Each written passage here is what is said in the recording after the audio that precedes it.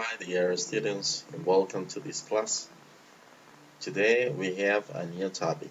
This is future forms. When you are talking about future, well, what are you thinking about? Maybe, of course, I know that you are thinking about the future events that you have planned or something that you are going to do in the future, maybe tomorrow, maybe next week, maybe next year, maybe at the time of your graduation. So, future events are some events that are, of course, located in future uh, times, in future places, in future months, in future years, maybe after your school, maybe after the morning, maybe after the week. So I'm talking about the weekend, or well, any place in the future. And I know that if I talk about future, you are thinking about the auxiliary will, or maybe the going to. Example, I will travel to Europe this year, or I will travel to the United States next winter, just to see the winter there and the Christmas trees and all those stuffs there. And maybe you are thinking about a sentence with going to. Just think about a sentence with going to. I'm going to, well, just imagine that. I'm going to study hard for the next examination. Or maybe I'm going to visit my girlfriend next week. Or maybe he is going to play very well. So these are sentences that expresses future events, and I'm certain, we are certain about these two type of future, but we have some others that we are going to study today. For example, we have the be going to plus the infinitive form. We have another one that is the verb to be plus a verb that is in an infinitive way. Another one is will or shall plus an infinitive verb. And we have another one that is the future perfect. Future perfect, just remember auxiliary have or has, future perfect. And we have future continuous. So we have 5 ways are referring, or 5 ways to refer about the future. And we know, and we are certain about 2, but we have 5 here. And we have other ones like the present simple and the present continuous referring to future. It's gonna be in another video. Today we are going to talk about these 5 ones. So let's begin with this. We have this table. It is taken from English Helfen, a Denmark link or URL that is on the internet, is online. You can check that. If you want to study more about future, you can click on this link that is here down the screen, and you're going to go directly to this online page, and you're going to study, and you have some exercises there just to practice. But we have this table that is divided in two. The first part, this first one that is here, talks about the functions of the future tense. And this one down, this table down here, that has the same future tense as future, going to future, simple present, present progressive, future progressive, future perfect. Uh, they talk about, or this table talk about the structures of each one. So if you want just to take notes about that, take your notebook and take notes about this board that is essential to understand future tense, and just to have your notes ready for doing exercises. The structures are very important, but it's very important to know how to use the future tense. Why? Because future tense is very important. Just talking about decisions, arrangements, plans, actions, logical assumptions, predictions, spontaneous decisions. So we can use future forms to talk about many things, but we have to be certain about how to do it. I'm going to change this word. You can just stop the video and take notes about that. But if you don't want to do it, we are going to go to another place. We are going to begin just explaining the first one. This one is be going to plus infinitive. What is be going to plus infinitive? Well, be going to plus infinitive refers to the verb to be. Remember verb to be in present. Am, is, or are. This is the verb to be. And you know the pronouns I am, you are, he or she or it is, we are, we, you, and they with are. And of course going. So I'm going to, you are going to, she is going to, he is going to, etc. We continue there with the pronouns. Just remember that. Do it in your minds. Practice that. And we have here another thing that says the infinitive way of a verb. Remember the infinitives and gerunds, something we studied last term. Infinitive form of the verb with to because we have going. Okay, so we have here the particle to. So, for example, I'm going to study, that is the infinitive form, English today with you. You are going to listen this video till the end just to understand future. So be going to plus infinitive is the first form that we are going to study about the future. This form of future refers to future plans and intentions. Just imagine future plans, we have scheduled something, we have a timetable or something that is scheduled, and we are going to plan our future. Just imagine what are your future plans. Study, to get married, to have sons, just to buy a car, or to travel, or well, whatever your plans for the future. And what are your intentions? These are intentions too. So I have the intention to continue studying. Okay, so I'm going to study in the future. What are your intentions? What are your plans? So just imagine, just to write or think about the examples with be going to. Um, this future form is when you have already decided to do something. So you were certain about that. You have the security. You are certain about doing something. For example, I'm certain about going to school in the future. So I am going to return back to school. Yes, with the favor of God, I'm going to do it. So I'm going to return back to school. I'm going to see you again. I'm going to study English in the future, and I'm certain about something. I'm going to study Italian in the future. So I have already decided to do something. Have you already decided to do something in the future? Just think about that. I am going to imagine. Okay, these are your plans and intentions. I have some examples here. My sister's going to adopt a child, so she has the intention to do something. She's certain about that. Okay, she has the plans for this, and she's going to do that. She's certain about that. I have another one. This is a question. And remember, for questions, we just take the auxiliary and we are going to write it first in front of all the rest of the sentence. Is he going to buy a new car? Is he going to buy a new car? Imagine your father or your brother or any man that you know. Is he going to buy a new car? Question for you. Are you going to buy a new car next year? You can answer that in a short or long form. Yes, I'm going to do it, or not. I'm not going to do it. Are you going to buy a new car? What are you going to buy next year? Another example, negative form.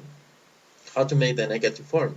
The negative form is close to the auxiliary. Remember, when we study auxiliaries, we said negative forms are close to the auxiliary in every sentence in English. If the auxiliary is do or does, we said don't or doesn't. If we have this verb to be like an auxiliary, we said isn't, aren't, or am not. Okay, here we said they are not going to go to New York next week. They are not going to go to New York next week. Why? Well, it's not possible to travel right now. So we are certain about that. They are not going to New York next week. Any place in the world. Continue. Be going to plus infinity talks about future plans and intentions. We said that. But it talks about predictions. We can predict something, and this is something that is not going to be real, or we are not certain about that.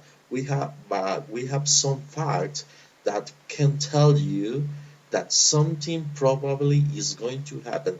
It's certain the 80 or 90% is going to happen. Some predictions about the weather. For example, if you observe the sky is dark, well, maybe it's going to rain. So I have an example here. I think they are going to win. How do I know that? Well, maybe that this soccer team or this basketball team or the baseball team is playing so good. Well, we have suppose we have the Real Madrid or Barcelona with Messi, with all those team players, and you know that they are very good and they are playing so well. So you are certain, you're sure about that, and you can predict that this really good team is going to win. Okay, so I think they are going to win. I think Real Madrid is going to win next match. I think Barcelona is going to win next match. Why? Because I know they are very well players. Okay, another example, the one that I mentioned before. The sky is very dark. I'm just observing. I just sit here and I just looking through the window and the sky is very dark. Okay, so how do you say? Well, it's going to rain. Well, because I have some facts that I'm observing, and that these facts told you that, of course, if it is too dark, the possibilities are 80 or 90% that it's going to be a rainy day. So it's going to rain. Well, this was the first one. Now we are going to go to the other one. Well, we have the verb to be plus a verb that is in an ing form, sorry. Well, what is an ing form? Remember last term, the gerund form. Just think about some examples. For example, what is the ing form of study? Studying, of course. Which is the ing form of understand? Understanding, very good. Which is the ing form of read? Reading. Which is the ing form of listen? So the ing form is listening. And remember that this ing form is called gerund form. And most of the times we use the ing form in continuous tenses. So here we have this structure that is the verb to be, is are, with the verb ending in ing form. What for? We use this structure just to talk about future arrangements. Future arrangements. Do you have any problem with the word arrangements? I don't think so, but if you have any question about that, just take your dictionary and check for the word arrangement. If you know the word, no problem. But you have a problem with that, just write it in the notebook and write the meaning and write the translation if you want. Future arrangement. Okay, when we talk about future arrangement, we are talking about plans in the future. Plans in the future. Plans and arrangements. We have an example here. We are getting married in October. We are getting married in October. Look at the structure. I'm going to show you. Here we have the pronoun that is we, and we have the verb to be are, that is the infinite form or the present one that you said. And this verb that is get with only one T, that is in an ing form, getting ing. We are getting married in October.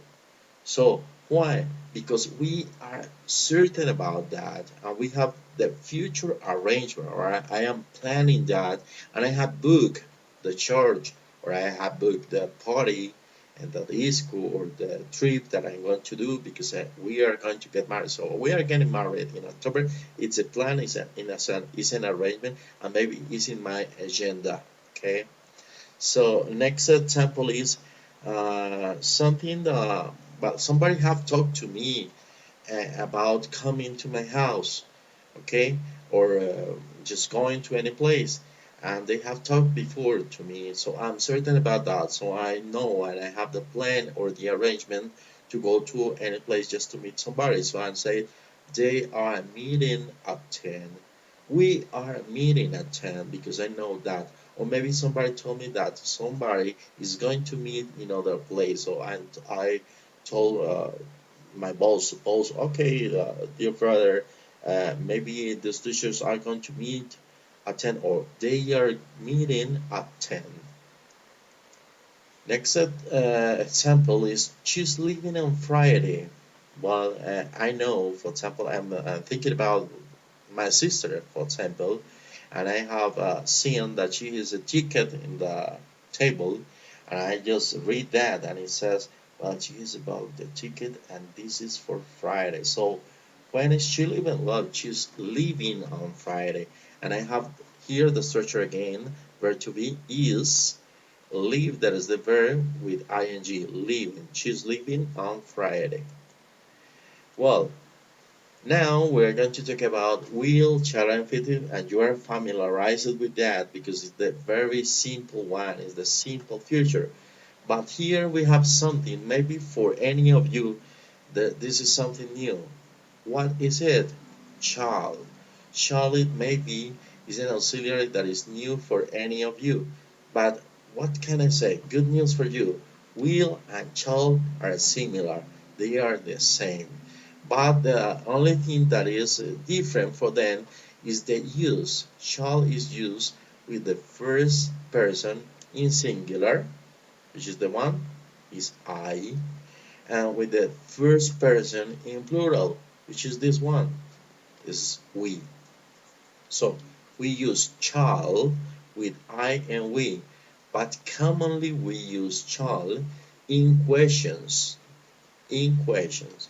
Now I'm going to show you that.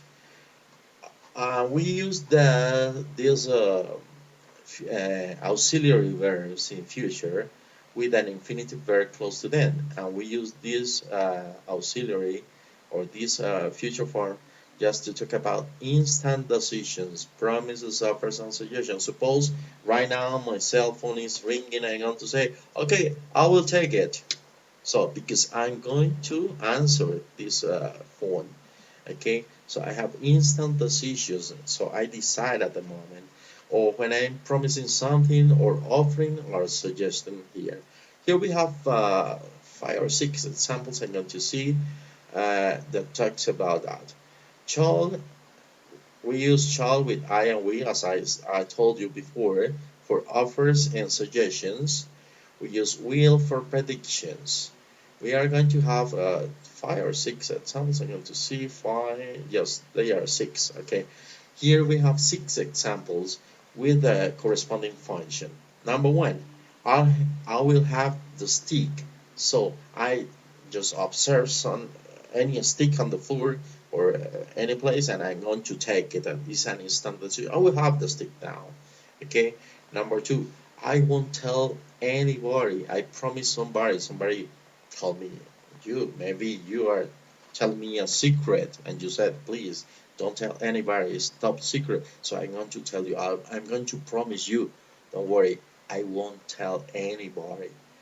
We have number 3 and number 4, that is the use of will or shall, different forms but similar in offerings. Number 1, I will carry that bag for you. I will carry that bag for you. And offering something is I'm offering to do something for someone. Okay. And number 4 is similar because it's an offer, but it's different in the form because it's a question. When I'm just giving my offering to somebody, but just by way of a question. Shall I help you? And if you observe here, number three, use the auxiliary will, okay? And number 4 is using the auxiliary shall. Why? Because in the number 3 we have an affirmative sentence, and in number 4 we use questions. So shall is used in questions, commonly in questions. Well, sometimes we can observe shall in a affirmative sentence, but it's not common.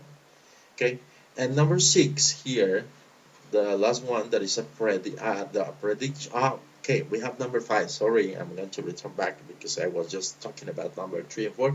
Number 5, use shall with the auxiliary or the pronoun we. Shall we eat out tonight? Shall we eat out tonight? It's a suggestion. I know that I'm going to go with my girlfriend or with somebody. I'm just I'm just asking her that if she wants to go any other place different to the one that she's taking. So shall we eat out tonight? It's better to do that. It's not going to a basketball match. I just want to go to eat something. So shall we eat out tonight? Maybe the answer it could be yes or no. Yes, we shall or not. Okay, but it's a suggestion. I'm just suggestion for an activity. And number 6 is a prediction. It's a prediction. When I do a prediction, and when I'm doing a prediction, is because I have a previous knowledge of something. For example, it says you will love the film. What could you conclude this here? That I know that the film is very good, that the movie is very good, it's an excellent movie. So I'm sure, I'm certain, and I can predict because I know your likes, that you like horror movies, for example, or that you like comedy or well, whatever. And I predict that as you like this type of movies, and I have seen that one, and I know that it's an excellent one, my prediction is that you will love the film. Or maybe the opposite. You will not love that. You will hate the film. So it's a prediction because I have a previous knowledge of this action that will happen in the future. Okay, let's go to the next one. The next one is future perfect. Well, perfect tenses. Sometimes they are difficult, but well, they are not so difficult. Just taking into account the structure. Remember that perfect tenses use the auxiliary have or has in the present perfect, but here is future. So we are not going to use the both forms. We are just going to use the first one, have, have, have, with the future form, will. So we use two auxiliaries, will for future and have for perfect. So I will have, you will have, he will have, she will have, it will have, they or we or you will have. So we have not differences in this type of configuration of pronouns in future perfect. We use will have for everyone here. And we have in front of you, at the end of the explanation, you will have understood the future. So, what happened here? We have a sentence that begins with a time expression at the end of the explanation. So I know that in a specific time in the future, something will have happened. So in this case, what is going to happen? At the end of the explanation, you will have understood the future. So I hope so too. Okay, I hope that at the end of the explanation you will have understand the future. But if you don't understand, just remember that you have to ask questions in the forum, in a forum in the class, or maybe be a classroom when we are just doing exercise. Just type your question. I'm going to answer as quick as I can. So at the end of the explanation, you will have understood the future. I hope so, as I told you. And the structure of this sentence is will plus have plus the past participle of the verb. Take a look. Will, we have will. Have, yes, we have, will have. And we have a past participle form of a verb. Which is the past participle form of the verb? Well, the past participle of the form of the verb is the third column of the verb. Remember, understand, understood, understood. The third column is the perfect tense. So at the end of the explanation, you will have understood, or you won't have understood the future because it's very complicated. But I don't think so. You're very smart and very intelligent, so I know you are going to understand this future tense. So when to use future perfect? Well, this is used to say something will be finished at a particular time in the future. Which is the particular time in the future here? Well, the particular time in the future in this sentence is at the end of the explanation. Think about another example. Just think about any particular time in the future. For example, at the end of this month, what will have happened? At the end of this month, I will have finished this unit. At the end of this month, we will have finished this topic.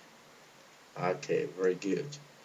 Time expressions commonly used in future perfect. Well, we have many in future.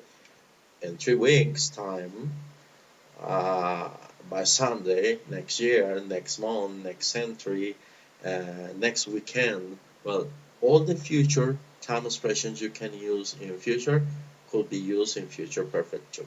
Okay, so just think about the examples. Just try to do another one. Uh, the the example that you like or that you want to write, do it, and let me know in the forum or in classroom if you have understood that topic or not. Next one.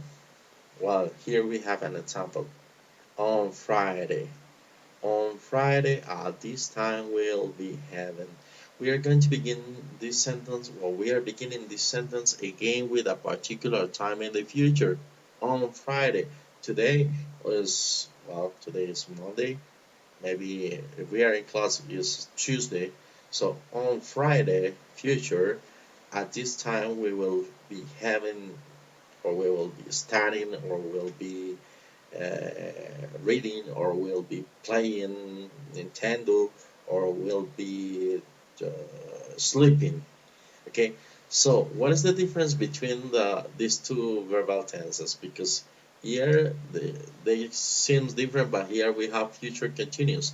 The difference is that in the last one we were talking about something that was particularly uh, in a future tense, that I know that the activity will have finish.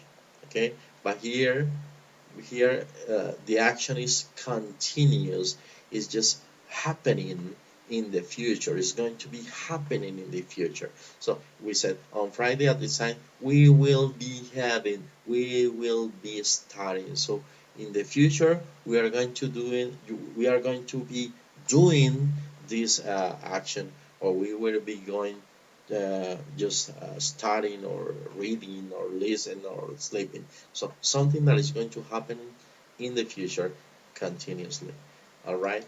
The structure of this future continuous is very easy, because we have the verb to be again, but in future that will be plus a verb that is ending or ing. This is the gerund form. When do we use it? To say that an action, just read, to say that an action will be in progress at a certain time in the future. In progress means that we are going to be doing something there. Okay. It was the future continuous. And I think this is the last one. I hope you have understand these future tenses, and that you have enjoyed this explanation. I know this is too long, but it's necessary to explain this that way and to make many examples about future continuous. So just let me know if you have any questions in our uh, email, or maybe in the forum, or maybe in control, or maybe in classroom, because it's very important that you understand all the topic. So let's finish this video. Just wishing I hope and you are enjoying that.